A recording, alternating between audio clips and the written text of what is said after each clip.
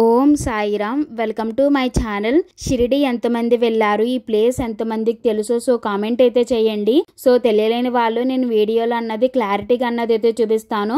మీరు షిరిడి వెళ్ళినప్పుడు ఈ ప్లేస్ ని కన్ఫర్మ్ గా అయితే విజిట్ అయితే చేయండి. ఈ టెంపుల్ నేమ్ వచ్చేసి శ్రీ దక్షిణాముఖి హనుమాన్ మందిరము. బయట అయితే చాలా ప్రశాంతంగా అయితే ఉంటది. బయట ఇలా మనం గంట కొట్టి అయితే లోపలికి అయితే వెళ్ళాలి. బయట హనుమాన్ జెండాలు అన్నది అయితే ఉంటాయి అన్నమాట.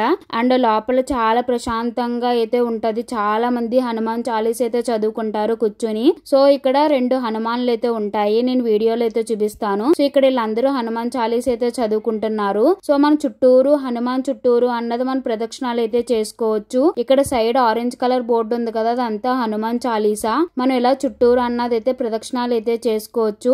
ఇక్కడ మన లోపల వచ్చేసి 2 హనుమాన్ విగ్రహాలు అయితే ఉంటాయి. ఇది పెద్ద విగ్రహం, కింద అన్నది అయితే చిన్న విగ్రహం. షిరిడి వెళ్ళిన వాళ్ళు కన్ఫర్మ్ గా టెంపుల్ అయితే దర్శనం అయితే చేసుకుంటారు. ఈ టెంపుల్ చావిడికి ద్వారకామాయికి మిడిల్ లో ఉంటది కాబట్టి కన్ఫర్మ్ గా అన్నది అయితే దర్శనం అయితే చేసుకుంటారు. మనకి టెంపుల్ అవుట్ సైడ్ వచ్చేసి బయట ఇంత ప్రశాంతంగా అయితే ఉంటది. సో అందరికి తెలుస్తుంది ఈ టెంపుల్. షిరిడి వెళ్ళిన వాళ్ళు అయితే కన్ఫర్మ్ గా అయితే దర్శనం అయితే చేసుకుంటారు. సో వెళ్ళలేని వాళ్ళు మీరు ఎప్పుడైనా షిరిడి వెళ్తే కన్ఫర్మ్ గా అన్నది అయితే దర్శనం అయితే చేసుకోండి. చాలా ప్రశాంతంగా అయితే ఉంటది. లోపల మనం ఎంతసేపు కూర్చొని ఎవ్వరు ఏమీ అనరు.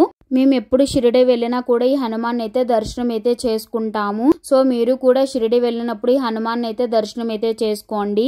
నేను ప్రీవియస్ వీడియోలో సాయిబాబా చావిడి, ద్వారకా, మాయే నగర్ సూల్ నుంచి షిరిడి ఎలా రావాలి నేను ఫుల్ వీడియోస్ అన్నది అయితే చేశాను. నేను కింద డిస్క్రిప్షన్ అన్నది అయితే ట్యాగ్ అయితే ఇస్తాను. ఇన్ఫర్మేషన్ కానీ మీకు నచ్చితే ప్లీజ్ లైక్ చేయండి, షేర్ చేయండి, సబ్స్క్రైబ్ చేసుకోండి. Thank you for watching. Please subscribe my channel. Thank you all.